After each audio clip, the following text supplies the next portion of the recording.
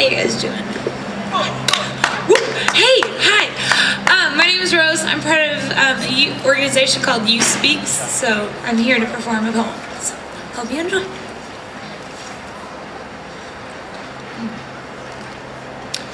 The 80s brought us many things. Gem, My Little Pony, the VCR, Corey Haines, and Corey Feldman. But my mother told me becoming in contact with an older friend was bigger in the 80s. It meant something. It was where oral history and knickknacks were woven together to make a plethora of meaning. It was bigger back then. Because way before MySpace and Facebook, becoming in contact was special. It was built of bone, upon fields of forget-me-nots. It smelled of snakeskin miniskirts and Aquanet hairspray. But my mother told me she learned lessons quicker in the 80s. Learned that phone conversations would end most likely on a sour note. Her words, learning how to curdle on their own. Things went bad quicker back then. Because during one phone conversation with an old soul, my mother dared to ask the unthinkable.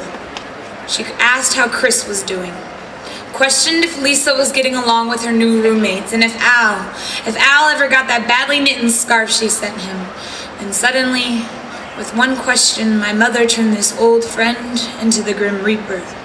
She swears she could hear his hand tightening around the phone like a starfish, grabbing hold of rock when the ocean gets rough. His voice, a church, full of echoes and sin.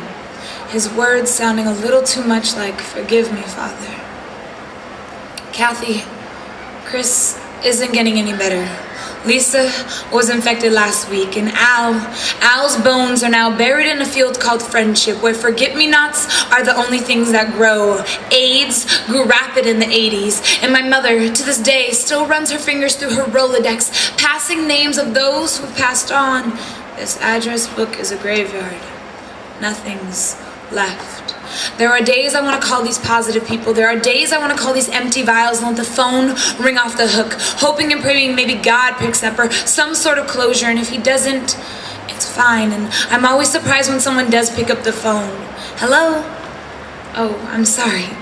Wrong lifeline. Now little did I know I would be my mother, the forget-me-not that didn't call soon enough, Joey. He had a smile like a broken eggshell. He was always so positive. Positive he made the best chocolate chip cookies. Positive he wanted to be a father for a living. He was as positive as the HIV flowing through his veins. There are water lilies that grow inside of Joey, full of punctual poison, just waiting to pop open, just waiting to pop him open. You see, Joey's body is now turning on him. And I'm sorry, Joey. I'm sorry we can't plant seeds in the field called Friendship to help you stay alive. I'm sorry we can't California gold rush your blood, sifting through these water lilies to make sense of this human condition. I'm sorry. I still have his number in my phone. And I want to tell him, no need to ever feel awkward. No need to ever feel different, because Joey, we are all different. We're different type of sleepwalkers, as well as different types of flowers growing within us. We're also different type of lovers, because Joey, I loved you like blood. You run through me, but you can never love me like blood because no one taught you how to love your own. And instead of sending a text message or a MySpace comment, I'll call him. I don't care if God or closure picks up. I'll ask, what say we go on a walk through a garden, the one called Friendship, where we can each pick new flowers. Joey, forget me not. Thank you.